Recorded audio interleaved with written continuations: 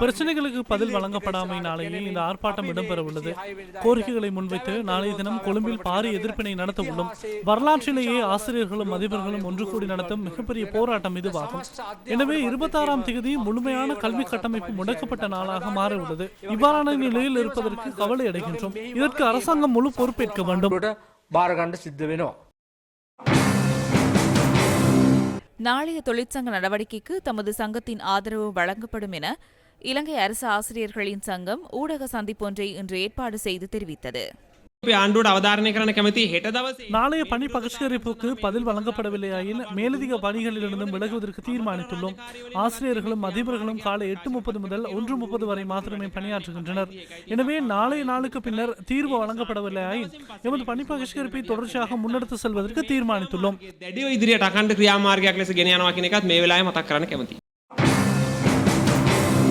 இதனிடையே பல்கலைக்கழக கல்விசாரா ஊழியர்கள் ஆரம்பித்துள்ள பணி பகிஷ்கரிப்பு 55வது நாளாகவும் தொடர்கின்றது.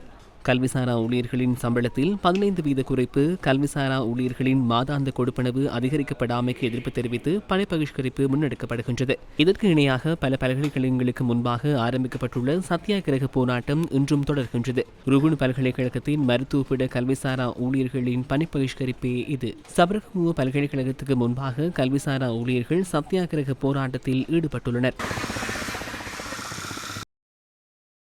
ஊவா வெல்லச பல்கலைக்கழகத்தின் முன்பாகவும் சத்தியாகிரக போராட்டம் முன்னெடுக்கப்படுகின்றது. இதனிடையே பல்கலைக்கழக கல்விசாரா ஊழியர்களுக்கும் முன்னாள் ஜனாதிபதி செயலாளர் உதய செனவிரத்னவின் தலைமையிலான அரசு சம்பள முரண்பாடுகளை நிவர்த்திப்பதற்காக ஜனாதிபதி நிபுணர் குழுவுக்கும் இடையிலான கலந்துரையாடல் ஒன்று இன்று நடைபெற்றது. அவர்களால் இந்த பிரச்சினைகளுக்கு விரைவான தீர்வை வழங்க முடியாமல் போயுள்ளதாக பல்கலைக்கழக தொழிற்சங்க ஒன்றிணைந்த குழுவின் இணைத்தலைவர் தம்மிக எஸ் பிரியந்து தெரிவித்தார்.